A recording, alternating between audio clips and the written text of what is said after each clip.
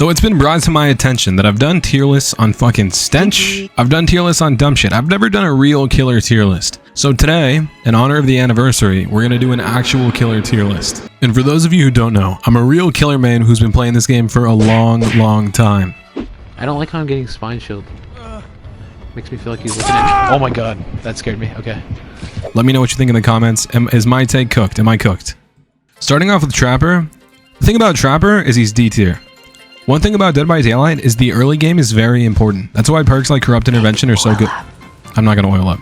That's why perks like Corrupt Intervention are so good, is because if a killer can control the early game, the game's over. I think if Trapper had like Trapper's Bag on by default, but they didn't have to pick up their traps, that would be the best thing possible for him. What? Oh my god, there's so many TTSs. I can't wait to be mad at Nikki for telling me that Dredge is D tier. I don't think Dredge is D tier, but we'll get there. He needs a buff. As of right now, he's D tier, too slow of a start. Wraith? I think Wraith is B tier. The reason why is because he's pretty straightforward. I don't have much to say about him. I think if you want to play like a default killer, if you want the closest thing to no killer power, Wraith is the way to go. But I feel like with his add-ons, he has a lot of really solid playstyles. Like you could do the one where he's really fast out of coming out of his thing. You can do the one where he's really silent when he's using his bell. You can do the one where he breaks shit super fast, which is my favorite. So he's chilling. Hillbilly. Now this one's kind of complicated. I think the Hillbilly is like in between, we'll say low A tier. But I think for the majority of players, he's like C or D tier, because I think the majority of players aren't good on him. But assuming you're really mastering the Billy and you're using good add-ons and you're just a Billy main and you're putting tons of hours into Billy, Billy's definitely like A tier once you get the hang of him. The fact that he has so much map traversal and that he can just insta-down, yeah, comp as fuck. Nurse, even with the nerfs, she's still S tier. Even in the video that I did, I was able to show off how like a noob nurse can stomp games at 5 gens. I do think she has a very high skill ceiling with knowing where to teleport. But dude, just use the fucking brown rag and you're already an S tier nurse. There's not much to say about that. Now Myers, I would actually put below Trapper. Myers is another case of you're gonna need an early game advantage. And with these two killers, you just don't get that. Their early game is so slow that it's like, if you don't get it down within the first like 2 gens, you basically lost the game. The one thing I will say is this is excluding like Tombstone Myers and like Scratched Mirror Myers, the fun Myers. Nurse is scary to play against, Myers is fun to play against. Yeah, I mean, this isn't like who they're fun to play against. This is just how strong are they. The Hag, I would say the Hag is C tier. I think her traps now got a huge nerf where anyone can just wipe them away. You don't need a flashlight. I think the Hag is just not that great. I mean, you can body block with her traps, and I'm sure Hag mains have like good spots for her, but there's not really, I mean, at the end of the day, she's an M1 killer, and M1 killers are already kind of fucked by default. I wouldn't put her too high up there. Doctor, I'd probably put in A or B tier. I think for lower MMR lobbies, he's definitely A tier, but as a whole, I would put him above Wraith and B tier. I think Doctor is one of those killers where he's going to have constant pressure throughout the game, and even though he is technically an M1 killer, he has very strong anti-loop with his right click.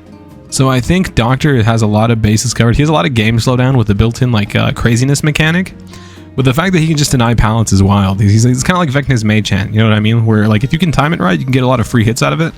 And I think if you look at Doctor main gameplay, like high tier, high MMR Doctor main gameplay, they're pretty good. Still, I would keep him a B tier though, just because he's an M1 killer. And his skill ceiling is only so high. Huntress, I'd probably put at the top of A. And I understand she's like the most popular killer in the game, but the thing is, most Huntress mains are shit with her. Most Huntress mains are not hitting their hatchets like that. But if you ever play against a good Huntress, you'll be asking me why I didn't put her in S tier.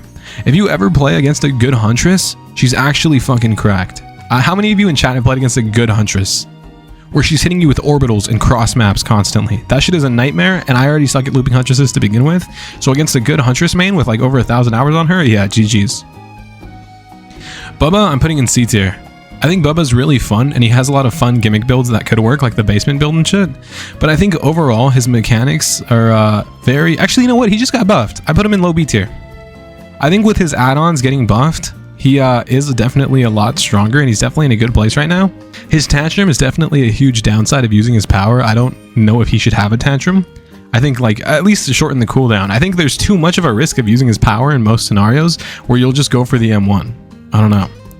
Huntress with one hit hatchet makes me want to die. Yeah, but this isn't really counting eerie add-ons. This is just typical gameplay. I think Eerie add-on Hatchet could either be S tier or D tier. Now Freddy, I'm honestly gonna put like probably above them, but in D tier. The thing about Freddy Krueger is he was made at a different time. Like Freddy was made for a different game. The thing is, his pools of blood are shit. They have like basically no hindered, and they're kind of pointless. The fake pallets are really good, but most of the time survivors will catch on and just pre-drop everything. Also, the thing about Freddy is his teleport is on such a long cooldown. You have killers like Sadako or the Unknown who can just fucking zoom back and forth with literally almost no cooldown, but compare that to Freddy who can only teleport to a gen every what, like fucking minute or so? He's just not fun to play as. I also think he was really rushed, and that's something that Bubba suffered from too, but I think Bubba definitely got a lot more love since, is when they came out at a time where there was a deadline to meet and there wasn't as much care put into these characters as maybe they would have gotten if they were released today. So I do think Freddy is not that great. I do really like his hit animation though, so that's why I'm putting him at the top of D tier, because that's really nice to look at, but other than that, fuck him. Pig. I think Pig is a solid low B tier killer, maybe high C. I'll put her at high C. The thing about Pig is she has a lot, but none of it is too great. And what I mean by that is, like, for example, like she has stealth, but it's not that great. She has stealth in the form of her little crouch, and it makes her really slow. So her stealth, like she's kind of, I don't know, I feel like you could still see her, and it's not satisfying to use because of how slow it is, compared to someone like Ghostface, who can stealth but still move at his normal speed. So like her stealth, she has it, but it's not great. Her anti-loop, I mean, she has her right click, she has her dash, but it's not that great. It's very telegraphed, and she makes a huge noise before doing it. So the only thing that I would say she really does have going for her is her slowdown. But if survivors can coordinate and communicate, and assuming this isn't a solo queue setting, most of the time they're going to get their traps taken off before a gen even pops. So everything that she has a lot, just none of it really excels. She's kind of like a jack of all trades, but she has nothing really going on for her. Clown, I would also put it high C tier. I think lower lobbies, he's going to stomp. Low MMR lobbies, Clown's going to fucking shit on him. Just because they don't know how to loop against him, and he's really strong in the 1v1. Like Clown can easily end a chase pretty quickly, but the thing about Clown is he's gonna get gen rushed. At the end of the day, he's another M1 killer with no built-in type of slowdown or any of that. All he has is really strong anti-loop. He has no way to slow down progress. He has no way to affect the map. You know, he has no map traversal. I mean, you can argue he has his haste bottles, but at the end of the day, if you're using his haste bottles like that, you're gonna have to reload him. So I personally don't think that Clown is that great. Spirit is high A tier for me, might even be low S tier. I think the fact that Nurse got nerfed, I would actually consider Spirit S tier, because I think they're a little bit closer to one another. I actually think I have a better chance of leading against a Nurse than Spirit. I think if there's a good Spirit player and they can hear the fucking breathing and they can hear everything, they're just going to shit on you. Especially depending on the add-ons they run and the build. I mean, if you run like a Nurse with like, I mean, a Spirit with like the Insta Recharge add-ons and then like Hubris, yeah, good luck. You're getting fucked. Spirit is a really strong killer, and she has a really strong power that has a lot of uses. I mean, you can use the one power for map traversal. Like if you want to get from one side of the map to the other, just use your power. If you want to catch a survivor, just use your power. If you want to be stealthy and you don't want the survivor to know where you are, just use your power. If you're in a chase and you want to end it quick, just use your power. She kind of has it all going for her within one power, which is kind of really impressive and really scary at the same time. Legion, I'd probably put top of C tier. I think Legion is a killer who's really annoying, and they have really good slowdown in the form of the mending thing. But if you can't consistently get their power off, meaning if survivors know to split up, then you're not really going to have shit going for you. Your power is basically useless at that point. Legion's only really good if the survivors stick together and you can get that 5-hit down. But if the survivors are all across the map spread out on different gens, yeah, you're just an M1 killer who's basically useless. So it really banks on whether or not the survivors have comms and or know how to play against the Legion. And that's also kind of the case for Plague. So I would actually probably put Plague above Legion, but Plague's just like, I feel like she's no fun for either side. I feel like she's not fun to play as nor against. I know some people might disagree with that, and some people probably main her and they're like, fuck you. But I don't think she's that great. I think it's kind of like shitty, the situation that survivors are put in, where it's like, are we going to cleanse or are we not going to cleanse? Because here's the thing. If you all cleanse against her, she doesn't get her power. If you do cleanse against her, she gets the strongest power in the game. So it's either all of you stay injured all game, or you don't stay injured and she gets a power that's going to injure you regardless. So it's kind of like a damned if you do, damned if you don't situation. But once you start going into a solo queue environment where there's no coordination, then you're really fucked. So I think she'll stomp solo queue, but even with Calm, she's really like, I don't know, she's not that great. She's an M1 killer. I mean, she has her vomit, but a lot of times you're probably only going to get it like 4 or 5 times a game in a good game. So for the majority of the game, she's just an M1 killer with a lot of built-in slowdown. Ghostface, I'm actually going to put probably like mid B tier. Probably above Wraith. I think the thing about Ghostface is you really got to know how to use him. I think a new Ghostface is going to get revealed very easily, and I think his reveal mechanic is kind of shitty. But if you can consistently get the stocks off and you're using the right add-ons, which is basically just drop leg and some of his browns, you'll win a lot of your games. The thing about Ghostface is he's good in chase with his power, and if you've seen my videos, you know I like to use his power in chase to fuck with people. But the whole point of Ghostface is not to chase. The whole point of Ghostface is to get that stock off and kill. So I think once you master that, and you master just insta-downing people, then he's basically higher end of B tier. But for the majority, I'd say like C, low B tier for most players. Demogorgon, I'm putting it top of B tier. Demogorgon has really good chase potential with like his right click, his dash. I think there's a lot of like nuance to it. I mean, if you charge it up longer, it goes further. There's a lot of shit that you wouldn't know off of your first play game on Demogorgon. But he also has his portals, which like actually does bump him up a shit ton. I think he's very fair. Like I think he's very fun to play against on both sides, because everything has things that you can punish. So yeah, he has a dash, but you can sidestep it. Or if you know how to like manipulate it, you can manipulate it. And it feels satisfying to use, and it feels satisfying to go against. And the portals, he can set down his portals, but survivors can also break them. So it's not like that's a really good mechanic to have. If you can deactivate their way of like teleporting, I think that's really good. Oni, I don't know, dude. I'd probably also put Oni up there on B tier, maybe even above the Demogorgon, because it's very much a skill thing. It's very much a skill issue. Really good Onis can have everybody slugged at 5 gens. Really good Onis who know how to use his dash and know how his fucking lunge works in the dash and can hit crazy shots with him will have everyone downed instantly. But also, you gotta factor in that he's an M1 killer until you get his power.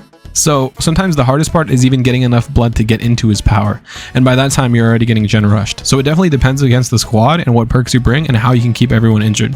Once he does get his power, though, he's kind of a fucking demon. I think once Oni gets his power, if it's a good Oni, you guys are fucked. You know what I mean? There's not a whole lot you can do against someone who knows how to use his dash. Deathslinger is another one that I'd probably put in high B tier, maybe right behind Oni. Because the thing about Deathslinger is his kit is kind of like high risk, high reward. So if you can hit your shot, you got it. You know what I mean? If you can hit your shots and you hit the survivor, you're getting a free injure, or you're maybe even getting a down. But if you miss, fuck, dude, you're already a slow killer and now you got to reload as well. It's not the greatest. It's not the greatest feeling on Slinger. One thing that I highly recommend people do is they go for the M1 first and then follow it up with a shot, so you're not wasting a lot of time reloading 2 reloads. If you can get the M1 first and try and catch them with the shot as they're running away, maybe you're running like Rapid Brutality or Stabiffle or something, those are some good perks on him, then he's really strong. Or if you know like the crazy angles that Deathslinger mains shoot through, like when you're shooting through the windows in Shack, or you're shooting through certain loops, then he's also really strong. But he's one of those killers that you got to put time into. Similar to Demogorgon or Oni, he's one of those killers that you're not going to pick up at first, and you definitely got to put like a lot of effort in. Pyramid Head, oh dude, as much as it sucks to say, I'd probably put Pyramid Head at the top of C tier. The thing about him is his power is very telegraphed. Like, yes, it's good, and yes, it can injure, and yes, he's not technically an M1 killer. The thing about Pyramid Head is you can only really use his power in specific situations. Like once you get to high MMR, the only time you're going to use Pyramid Head's power is if they're dropping a pallet or vaulting a window, which isn't super often. You're only going to get them when you can lock them in an animation. If you're playing against good survivors and you're just trying to use it at a loop, not only are they going to dodge it, but now you're on a cooldown and they're going to buy even more distance. So I feel like Pyramid Head just, I don't know. And his trails are so easily counterable by just crouching on them. maybe if you couldn't crouch on them, that would bump him up a little bit. And I understand he has his cages and the in-game Mori, which are really cool. But the thing about using something like his cages that you got to understand is, let's say you have a Scourge hook, or let's say you have a perk like Pop Goes the Weasel. Now you can't use those perks because you didn't hook a survivor. You put them on a cage. You get what I mean? So yeah, it might seem efficient, but now you're kind of cucking your perks. You're cucking meta perks because of an in-game power. I feel like he's good, but his skill ceiling is not super high. I mean, unless you're pulling crazy mind games, and even then you got to get lucky because it does show exactly where your attack's going to be before you even do it. Blight, I would not put Blight in S tier anymore. I would probably put him high A tier. I think the thing about Blight getting nerfed, his add-ons getting nerfed, sure, whatever. His add-ons can get nerfed. But the main thing about Blight getting nerfed is the hug tech. I think the hug tech is what made him so strong, and it was the clear separation between Blight players and Blight mains. Blight is S tier, Blight is not S tier, I'm sorry. Ever since they removed the hug tech, I definitely bump him down a little bit, because now turning a corner actually works against him, and there are a lot of corners to turn in this game. Hug tech was situational? Yeah, but that was a situation that happened a lot. I feel like a lot of times, like, you were getting hug tech hits at least like 5 times a game or more. So he was really strong and he was S tier, and he still does have a really good power. It's just kind of dumbed down now, which isn't that great, if that makes sense. Like, I feel like limiting a power like that is kind of a really bad choice. Like, it'd be like making it so Hillbilly can only charge in a straight line. You know what I mean? Like, now you're removing a whole lot of that skill ceiling. It kind of makes Blight more accessible for everyone, the changes that they made, but the top tier Blight mains are getting bumped down a little bit because now he doesn't have that same power that he once had. So I probably would have taken old Blight, but now he's high A tier. Twins, I'm putting low B. Maybe above Wraith. I think twins are really strong in the right hands. So far in my experience playing them, if I slug and if I want to play like an asshole, and assuming I'm running like gen regression perks, I can get them all down at 5 gens. The thing about twins is, if people aren't kicking the baby, and if people aren't playing together and helping each other, like let's say you down someone and then you can go run and get another hit, that's really strong. But now let's say you down someone and one of their teammates comes and kicks the baby, well, now you're kind of fucked. You know what I mean? So it's just one of those things where it very much depends on the survivors. But I think she's kind of in the middle, because she can either dominate a game or do maybe not so great. She's still strong, and I think she has a very unique way of traversing the map with Victor, but I don't know how high I could put her. I'd probably put her just right here. You have to work together, survivors to survive twins. I mean, you don't have to, but if you want to kick the baby and you want to like limit her power, then yeah, it's good to stick with someone. Trickster? Oh, fuck. Trickster is the top of C tier. And the reason why is because Trickster games either go one of 2 ways. You either snowball at 5 gens, or you have a really, really bad time. I've seen Trickster comebacks, but the majority of the time, it either goes really good or really bad. Either you have survivors that can't play against your power and you get a shit ton of downs early and you just win the game, or they can find structures to hide behind and you're fucked, and your knives are useless, and now you're a very slow M1 killer. A lot of times he does not feel fun or satisfying to play against, and I think, yes, there are Trickster mains who are really good with his knives and know the distance, and they know the arc and the arch that the knives travel, and they can get really good with them and they can hit from distance, which is cool. But he doesn't have a really, really high skill ceiling because of how kind of basic his power is. And he's kind of also held down by his like low speed and no really good like anti-loop. Like, let's say a survivor takes you to a loop that's tall. Now you can't really use your knives. And now you're just an M1 killer. And you're also slow. So what are you going to do then? If a survivor's running away from you, you can either try and chase him with your slow speed, or you can try and use your knives on him, potentially miss, and now you're even slower and they're making up even more distance. So it's just one of those things where, can the survivor get away? Yes or no? And that determines how well it goes. Nemesis, I'd probably also put in B tier, maybe above Doctor. Because the thing about Nemesis is you can get really good with this tentacle, and once you learn how it works and once you master it at every loop and specific loops and maps, you can get really, really good with Nemesis. But there's just so much RNG to his kit. You know what I mean? Like, how helpful are the zombies going to be? Sometimes you have zombies getting downs for you. Sometimes the zombies aren't doing jack shit, which is most of the time, actually. Most of the time the zombies aren't doing jack shit. Also, it's like, are the survivors going to disinfect?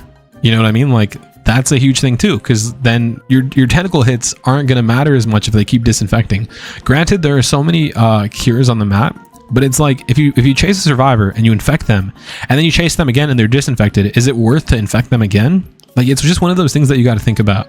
And I feel like he is very punishable in the sense that if you miss his whip, he does kind of go on a long cooldown and the survivor can make it to the next loop or the next pallet, whatever it may be. But I still think that he's pretty strong because his anti-loop is really good. The fact that his whip can break pallets, I think, is what puts him so high. And the fact that it can hit over so many obstacles. But if you go into a high MMR game with Nemesis and you see people crouching and you see people like dodging at last second, it's just like, it very much depends on the survivors. Pinhead. Okay, so Pinhead's another one like Trickster and the Plague, where I feel like Pinhead can either stop a game or he's useless. If the survivors are solo queue and they're not coordinated and they don't know who's on box, then you're gonna get your power off more than a few times. You're gonna get everybody fucking chained up. But if you have a 4-stack 4-man Swift and they're communicating and, hey, I got the box, who's got the box, you know what I mean? Then you're never really gonna get it off, because they are always going to have the advantage of being able to see the box's aura and you aren't. If the survivors are getting the box constantly and they're constantly cucking your power, then all you can depend on is your chains. And yes, your chains are really good, and there is a very high skill ceiling with Pinhead's chains. I do think Pinhead mains can be really, really effective with his chains, but at the end of the day, they can just be broken by structures. I mean, if you chain someone and they get behind a pallet, they can still drop the pallet. He's never really going to be super strong unless he gets that power off where everybody gets chained up. And if you're playing against good survivors, you're never going to get it. So he's kind of like one of those who are in between, just like Trickster and just like Plague and just like Legion, where you got to depend on the team. How dependable is this 4-man, and can they counter you? If they can't counter you, you'll stomp. But it's that inconsistency, right? Like a Nurse or a Spirit can slam a 4-man Swift. Can a Plague slam a 4-man Swift? Can a Legion slam a 4-man Swift? Trickster? Pinhead? I don't think so. You'll notice that killers on the higher end, their powers are more dependent on the player who's playing the killer. And that's the difference here. That's the huge difference between these killers. Is someone like Nurse or Spirit, those are powers that are killer dependent. How good are you with that power? Like Blight, Huntress, Billy. But when we look at the lower end, it's like, how effective are survivors at not doing gens before you can get your traps off, or letting you stock them, or letting you get the box? You know what I mean? So that's the one thing I want you guys to kind of notice, is if survivors are in control of your power, it's going to be a lower end killer. Artist, I'd actually probably put it A tier. I've seen really good artists that just know crazy fucking anti-loop mechanics. Like, I will say that Artist is very hard to get into, but holy shit, she has a really, really high skill ceiling. And I know a lot of people are probably confused that I'm putting her so high, but if you played against a good artist who can predict everything you're going to do and knows how her crows work very effectively, the only reason why she's not higher in A tier is because of the elevation diff. Let's say you're playing on a map like RPD that has multiple stories, or let's say you're playing on like Backwater Swamp where there's a shit ton of structures that have multiple stories. Her birds aren't as effective because they only travel in a straight line and not vertically. But her chase potential is really strong. She basically has a map-wide presence, because even though she doesn't have super fast traversal, her projectiles go super fucking fast. She can very easily counter a 4-man Swift, and she can very easily stomp a game, but it's really one of those things where it's how good is the killer with her power. So Artist, I think, is very strong. She has good anti-loop, she has good map-wide presence. You know, she can basically affect all gens just from standing in the middle of the map, which is a really strong thing to think about. Sadako, I'd probably put maybe in the middle of B tier, maybe below Ghostface. The thing about Sadako is she has a lot going for her, again, kind of like Pig. Sadako's kind of like Pig, but I'd say a little bit better because she can teleport. She's one of those people who has a lot going for her because she has the teleports, she has her stealth, she doesn't have a whole lot of anti-loop. But I think if you can get good with coming out of her stealth, because she does get a speed boost when, like, you know, coming out of the TV and shit, and if you can get good with that, and if you can time that, then there is definitely a skill ceiling for her. But at the end of the day, she's one of those killers where the survivor can just cuck your power. She's one of those killers where the survivor can just take tapes out of the TV and fuck you up.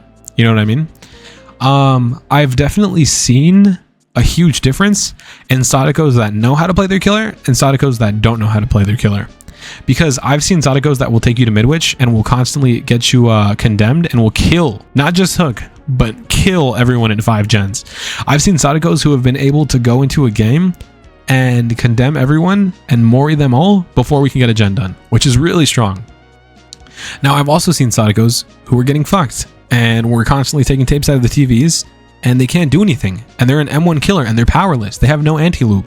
So it's basically, how effective are you with the condemned? Sadako is C tier. The only reason why I'm saying she's not C tier is because of her condemned mechanic and how she can kill you. That's the only reason why I'm saying she's not C tier. She can literally fucking kill you at 5 gens, which is really strong. Dredge, this might be a hot take, but I'm putting Dredge at the top of C. His teleport is really good, but survivors can just lock a locker. If a survivor locks a locker, that's so much time wasted, and it's not even satisfying to play as.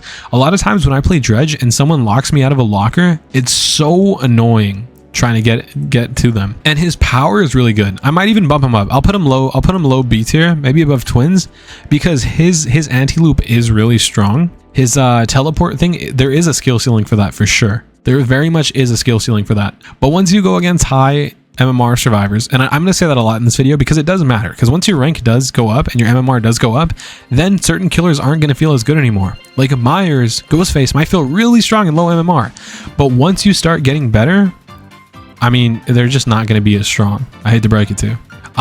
Like for example, Dredge's Nightfall is a really good mechanic on baby survivors. The Nightfall will fuck up baby solo queue survivors, but a 4-man Swift, they're not worried about it. You know what I mean? If a Dredge puts me in Nightfall, I'm still sure I can loop him. And his power isn't even a guaranteed hit. Oh, okay, someone did say it. Someone did say 50-50. Sam said the 50-50 anti-loop is mid. Yeah, it very much is a 50-50, and you're kind of depending on the survivor, but it's like a half between depending on your skill and the survivor's skill. You gotta know what loops you can use your power on. Wesker, this might piss a lot of people off, but I'm putting Wesker at high B tier. I don't think he's A tier anymore. They nerfed his hindered, and I don't think he's as good as he once was. I also think that a lot of people put him so high because he was new. Like, does that make sense? Like, so when he came out, like, and he was newer, a lot of people didn't know how to counter him. I feel like nowadays, a lot of people kind of just sidestep. It's a lot easier to make him miss his dashes now, I find. he doesn't hit his dashes as often as he used to because survivors are more used to countering him now. But he's still really strong. He still has that in-game slowdown that can make you basically exposed with the infection.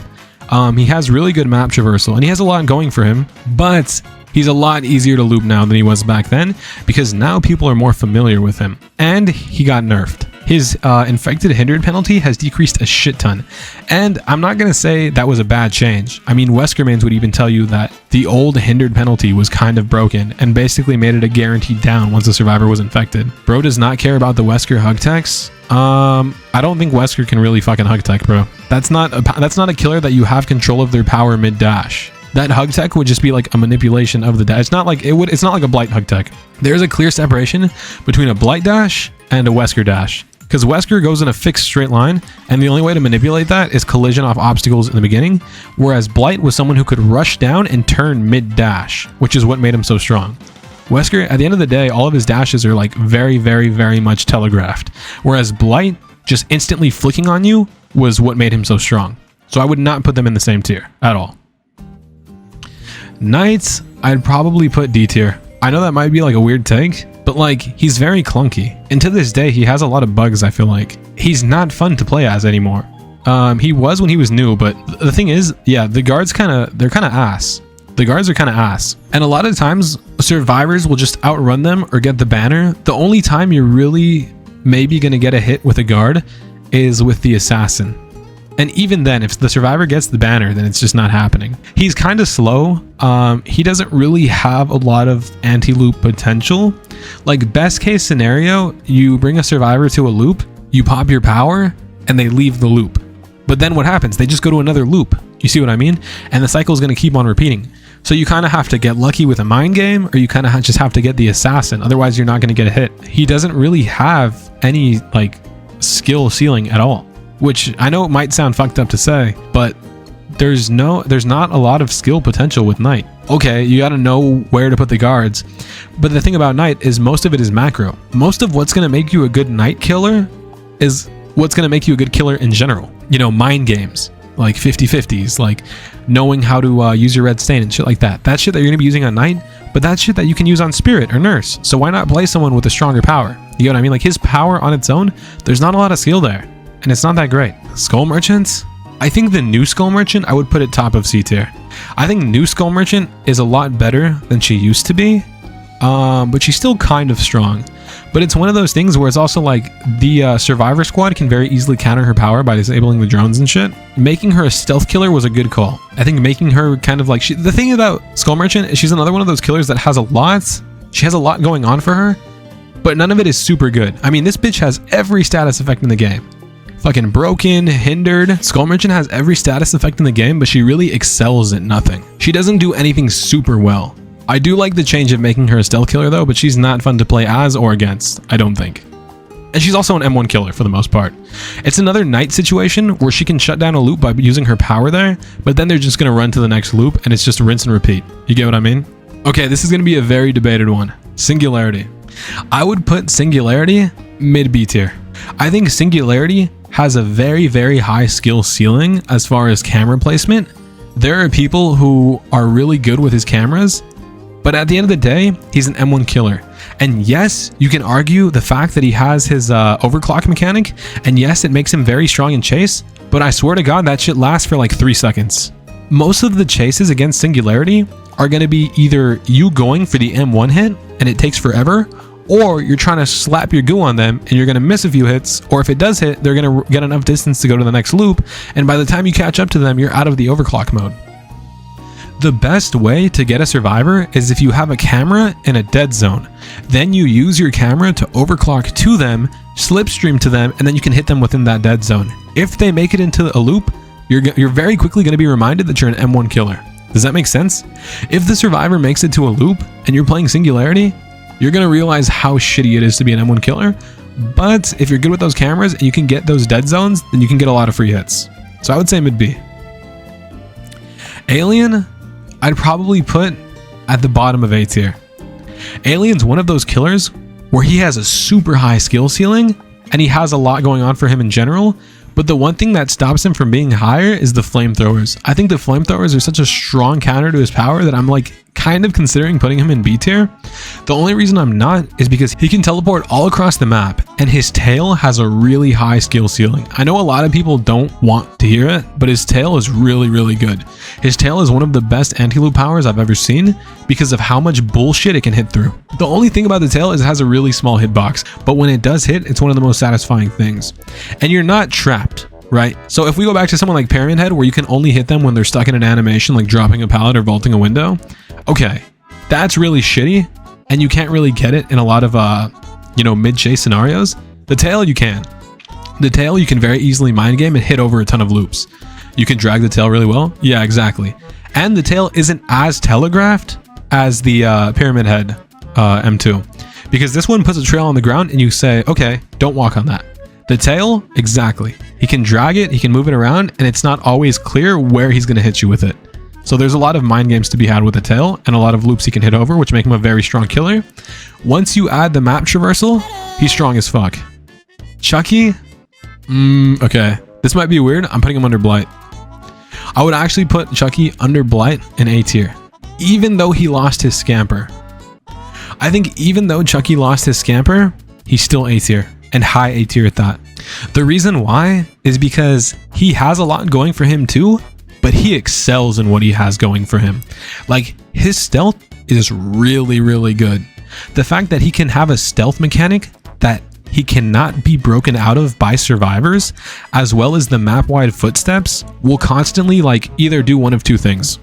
So the map-wide footsteps are either going to make survivors paranoid and think that he's nearby, or the survivors are going to disregard those footsteps and might mistakenly disregard Chucky when he pulls up. When he goes into his stealth mode, listening to footsteps isn't the best thing you can do. The best thing you can try and do is listen to his laughing and his giggling. That's how you're going to know whether or not he's really nearby.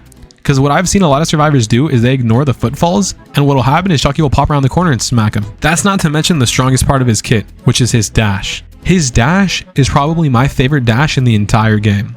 And the reason for that is because, one, it's really good to use in order to cover distance.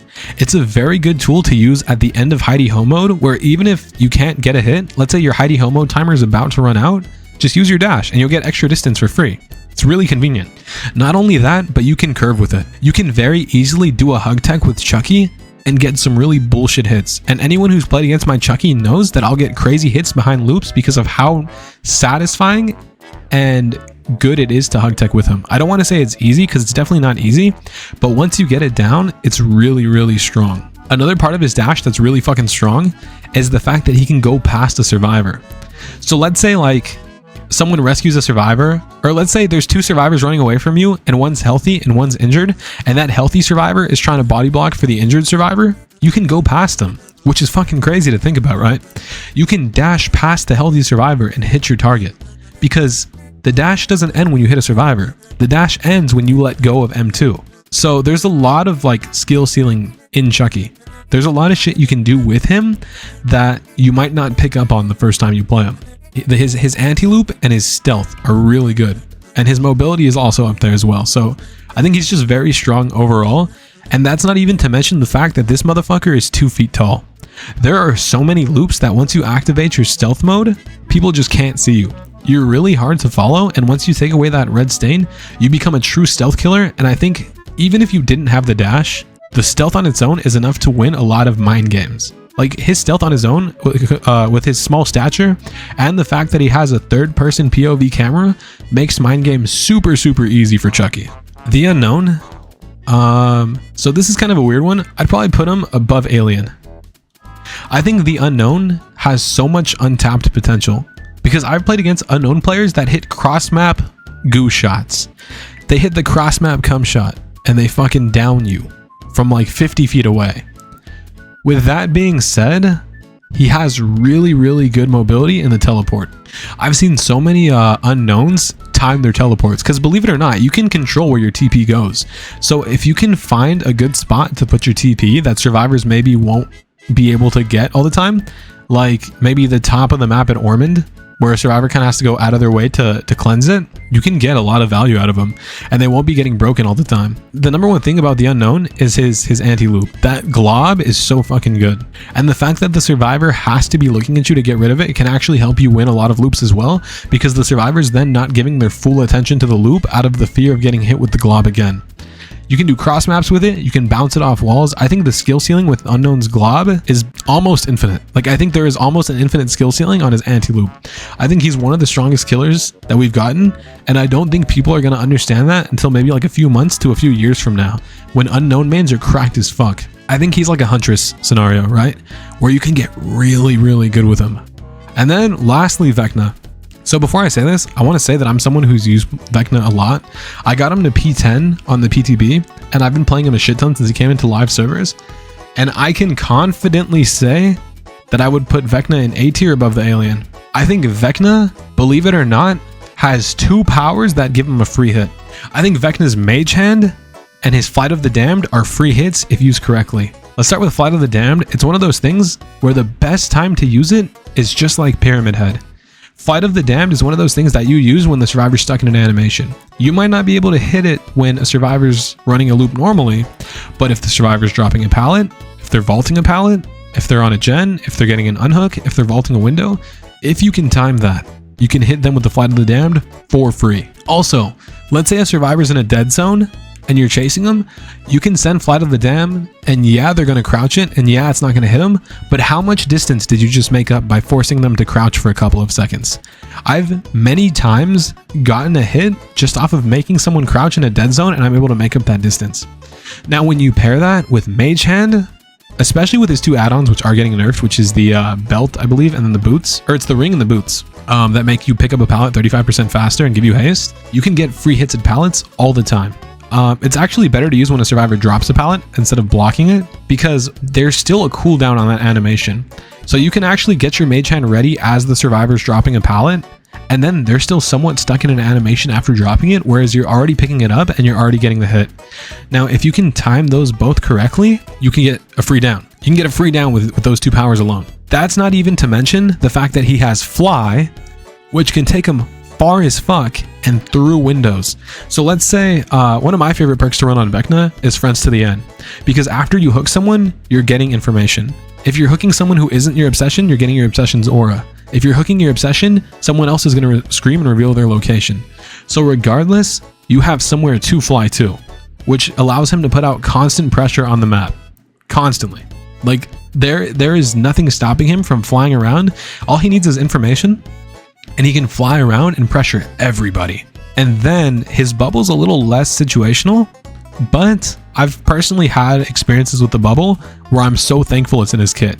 Like, let's say there's a 1v1 in endgame and you don't know which... I won't lie, Nick is one of the best Vecna that I've seen. Not only that, it's cool to see that he's also hyped as a D&D player to play him in DBD. Yeah, dude, I'm so happy that he got the respect he deserves as far as the power, because he's really fucking strong, and I think people are sleeping on him. But he has potential to go even higher. I think once people master him, like, he might be even higher up on the list. But just based off of what I've seen, he's really fucking good. Another thing I want to point out about the Flight of the Damned is elevation. Use elevation, and it's a free hit. So, like, for example, let's say you're on Dead Dog Saloon, and the survivor walks up the stairs and you're still on the dirt road. If you send out Flight of the Damned, it's gonna hit. Like, if the survivor goes into the saloon and you're not in the saloon yet and you send it out, there is enough of an elevation diff there where it will hit them, because it's technically in the ground and it's uncounterable. So you don't even have to bring the Eerie if you know where to send it off. Like, let's say a survivor goes up the stairs, just send out Flight of the Damned while you're halfway on the stairs and it'll hit them through the floor. And it's uncounterable because the survivor can't jump. It'll always hit. But that's basically my tier list. I don't know. I don't think I would change anything around. Normally at the end of these, I'll switch things around, but I think this is pretty much spot on. I don't see anyone who isn't in a spot where I don't want them. The only change I'd maybe make would be maybe Trapper above Freddy. But yeah, I think this is probably my final tier list. Okay, so hi, this is Editing Nick, and the only change that I would make would just be to move Pig higher up in C tier. But other than that, it all looks good to me. But let me know what you guys think. Thank you for watching.